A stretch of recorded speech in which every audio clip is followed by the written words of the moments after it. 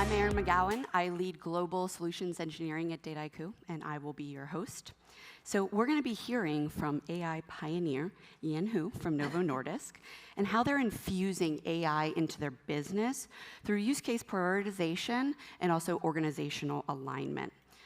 What I want you to take away from this session, some of their best practices on using Dataiku and using Dataiku as a springboard for that AI acceleration. So Erin, thank you for joining me. Why don't we start off by you introducing yourself, talking a little bit about your team, but also talk about the data science maturity. Okay, sure. So hi, everyone. My name's Erin. I'm the Associate Director of focus on data science and advanced analytics. So our team is called Advanced Analytics and Innovation, sitting under commercial insights and analytics. So basically, we focus on deliver AI or machine learning solutions to the commercial functions within Novo Nordisk. So currently, we are a team of data scientists with about 10 members, and we with different year of experience, different mix of skill sets.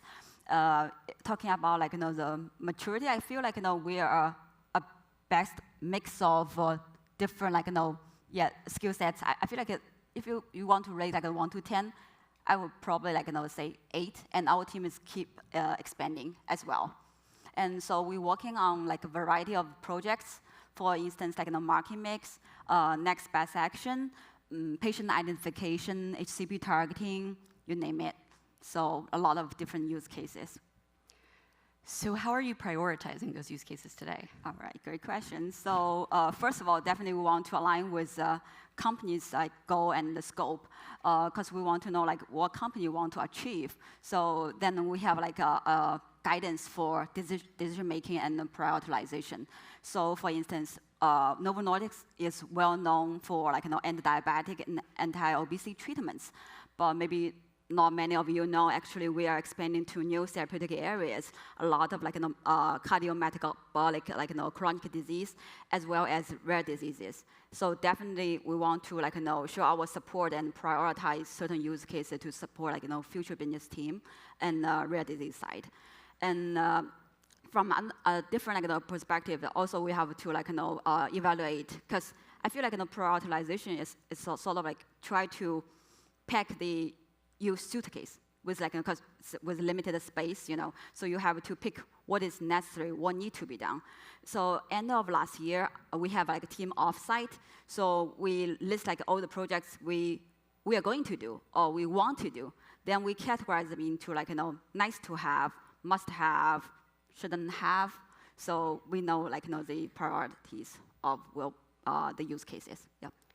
So as a type 1 diabetic, thank you for all the work that you are doing in the world of diabetes, so appreciate that. So how have your use cases changed over time, especially with changes in market dynamics, et cetera? Yeah, exactly. So, we have to periodically revisit and reprioritize those use cases for sure. Because as you mentioned, the market changes so dynamically, and for instance, we know the diagnosing landscape is keep changing, and we have competitors launch new products. So definitely we want to revisit and reprioritize. So for instance, our team is helping finance team doing some sort of sales forecasting. So the original plan is we want to do that maybe twice a year, and because of those dynamics, and then we decided to increase the model rerun frequency and come up with more timely forecasting for entire company, and to avoid that kind of supply shortage challenging. Yeah. So with those changes come challenges. So what's your biggest challenge to date? I joined Novo for about 5 years. And at that time, when I joined, I noticed data engineers, data analysts, data scientists prefer to working on different platforms. For instance, even data storage, we're using we have Redshift, we have S3, and for programming platforms, we have Jupyter Lab, we have Visual Studio and R Studio, etc. And then it's very hard to collaborate. I mean, across different function units, and also the leadership team sort of lack of the visibility about the project and progress. So at that time, like 3 years ago, and Dataiku coming to us, provide like end-to-end solution, like and a one-stop shop place. So we feel like we have to try it out, and it works. So we've been partner for almost 3 years now. Great, great. So you mentioned you're collaborating, day to day. Who are you working with the most on a day-to-day, week-to-week basis? Mm-hmm. Yeah, so IT for sure, we are major partners, from data engineering and platform support perspective. And we also with different stakeholders across the entire organization. For instance, commercial operations, finance, and even now we expand our team capability to support HR as well. So yeah, really I feel like the data science is like a team sport. So really cross-functional. I like that analogy. Managing expectations, right? How are you managing those expectations? It's a team sport, right? So managing the expectations with the stakeholders, right? And also, as you're working across those various teams and stakeholders, the different team members that are a part of those organizations. Yeah, I feel like our stakeholders really value our solutions, data-driven solutions. But most of them, they are like a non-technical audience. So we don't want to deliver just like a black box solutions. So we want to have the explainability to the stakeholders, and also easier to get their buy-in. So from Dataiku perspective, because it has the different visualizations, and for instance, I know everybody, you guys have tech backgrounds maybe, and we're looking for some feature importance, Shapley value, to explain negative, positive impact about the model, decision. So that's really helpful. At least we can explain how model works to the stakeholders, and then they got spoiled, and then they feel yeah, maybe we are citizen data scientists, we can play with the model as well. So gradually, they want to maybe have an interactive web app, so they can doing different sort of scenario planning, entering different features, and then try to see how the model adapt based on different inputs. So I feel like this is a fun story to share. At the very beginning, everybody is we don't know nothing, and then we want to explore. And now it's sort of entire company, from our perspective and the stakeholder perspective, we're on the same page. Yeah. You want to provide flexibility, freedom, but within a framework. Yeah, within a framework. So what are some of the key learnings that you've garnered from your efficiency that you've gained throughout this process? Yeah, because we are dealing with so many different requests from stakeholders, and Dataiku have we know maybe before you're doing any model you want to do some sort of exploratory data analysis to save your time using the building function you can easily analyze the minimum, maximum, missing rates of and the data distribution, etc. So this is one sort of definitely, because within in our organization this year, one of our popular slogan is called time is the ultimate currency. So definitely using the building functions to sort of skip the manual EDA work is a time saving for sure. And second one, I like most from Dataiku is the reusable recipe. Because I just take the rare disease patient finding as example, because it's a super imbalanced classification problem. So the way to handle an imbalanced classification is maybe we know just resample, upsample, downsample, other just class weights, etc. So those kind of recipes can be customized and saved somewhere for future use. So that kind of reusability is definitely something we really appreciate it. And I also want to take the finance forecasting POC as example. And so Dataiku is very flexible, have the different connection or capabilities.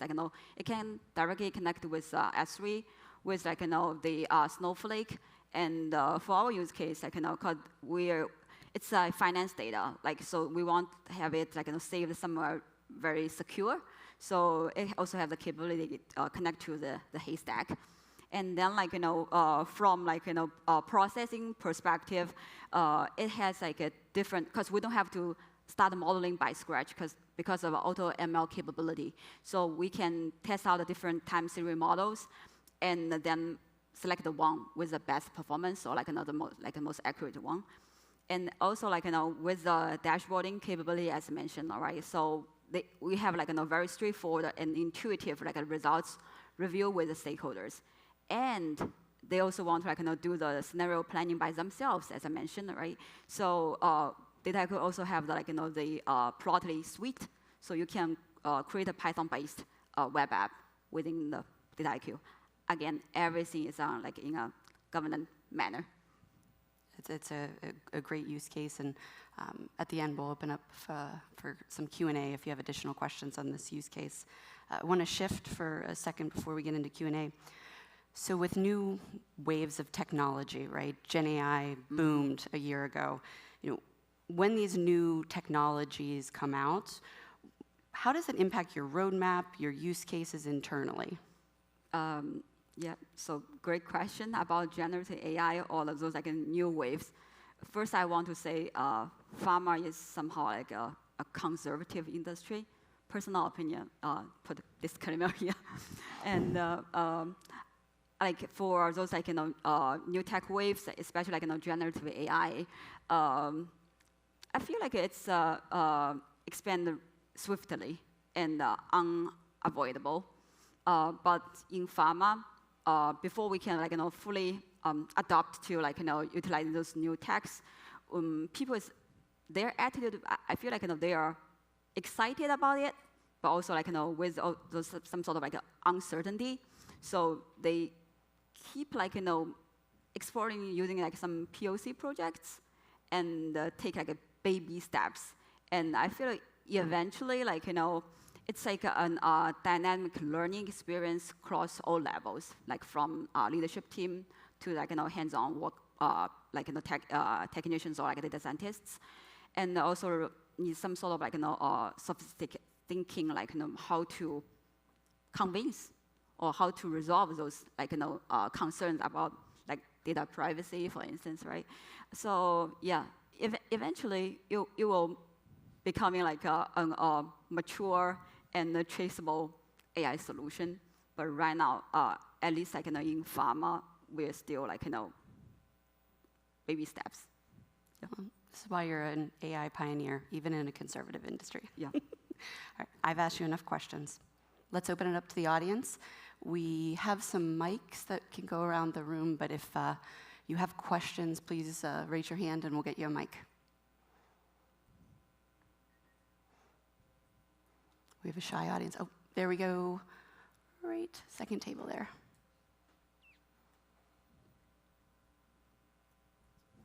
Thanks. Just a quick question on seeing efficiencies in terms of the work that you're doing. Specifically, are you applying these tools on the research side, not on the D side, or not on the commercial side, but on the research side?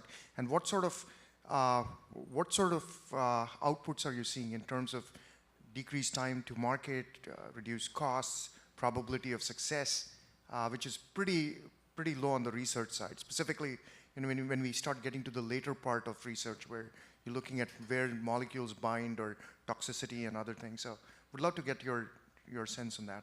Yeah. So I mean, we also have like market research. People also want to leverage like AI and machine learning solutions, right?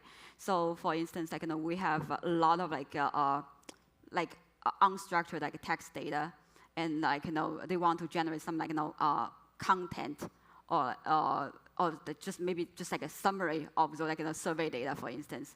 So that definitely to avoid like manual work or manual review, time saving for sure, right? And another like sort of benefit I can see from some of the use cases, like it's sort of like because sometimes like those file will be just used for once, and then we just like archive it somewhere, right? But actually, like, those like, files can be reused for or can be trained like, for other models to get insights from. So that kind of reusability or if it so effectiveness. So that's another thing I can say that maybe potential beneficial we can get. Hope it makes sense. Great question. Got a table right here. I am Taha from Regeneron. Thanks for your talk. Good question. The scope of your modeling team seems to cover a lot of different groups. And so I'm wondering, like, what is your model in terms of the data scientist skill set and bringing in that domain knowledge that all those different groups have? How much time requirement is necessary from those FTEs who are not doing modeling, but they have the domain knowledge? Yeah. So again, we have like data scientists from finance. I mean, from other domain, and it really takes a while, like so that they can pick up those domain knowledges. But in the meanwhile, like we also collaborate very closely with our like medical directors. So because everybody can claim they can run a model, because it's all about like packages, right? But like when you're talking about the model performance or the explainability, then definitely it requires some sort of like domain knowledge. So within Novo Nordisk, we do have that kind of therapeutic area training. So for those like newly entered like industry like data scientists to pick up the domain knowledge. But in the meanwhile, I mean across the entire modeling piece, we'll invite like those SMEs be part of the discussion, review the model performance, review the features. So that's like how we make it work. And Dataiku allows you to do that in a collaborative way. Yeah. Got a question over there? Hi, good afternoon. This is Arya Chaudhary. So, Ian, thanks for sharing your experience. The question that I have for you is that how quickly were you able to deploy Dataiku in your production environment? And what is the adoption that you are seeing today? Okay, so there's a learning curve. So definitely, like because you switch to a new platform, requires a certain time to like onboarding the team members, and somehow within Novo, like as a data scientist team, we more focus on the like just develop the model, and we do have like a dedicated like ML ops from IT team help us like deploy the model, and also screening or like monitoring the model healthy. So it's like separated, but in a collaborative like a manner. So if you're talking about the timeline, I feel right now like again, pharma sort of conservative. We have few models like deployed, but average timeline I would say like roughly a year or so, because you have to make sure like everybody's aligned and everything is like under well governance manner. One over here. Hi, Michael, also from Regeneron. Thank you, great talk. As you mentioned, there can be, especially in the pharmaceutical industry, there can be a hesitancy for using data science and machine learning and AI. Do you have any advice or strategies that you employ to kind of move something from proof of concept over into something that is actually usable for people en masse? Yeah. So right now, very frankly, we have done a lot of like POC, because that's maybe our approach. Like we tend to like show it's working, like the capability of new techniques. But a lot of like our stakeholders, they have their own sort of domain knowledge. Only if they see the results aligns with what they believe, then it will be easier to get their buy-in, right? So maybe what we try to do is like before we conduct any model or like start any modeling, you have a deep conversation with your like stakeholders, understand what their expectations, what they're looking for, what they believe. Then like later on, when you conduct like those solutions or deliver those like results, will be easier. Hi, my name is Tom Brown. As you are in the regulated pharmaceutical industry, GXP is a thing that I'm sure you live with each and every day. Can you talk a little bit about how you have integrated ML and Dataiku type processes into the overall structure that your organization is using for GXP and regulatory compliance? Yeah. So right now, we are working with our IT team to create a so-called one-page business card.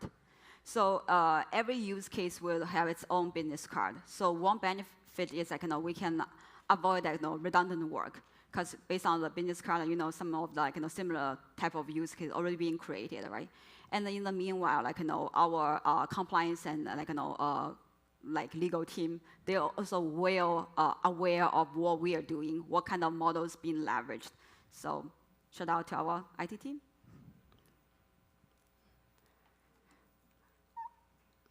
All right.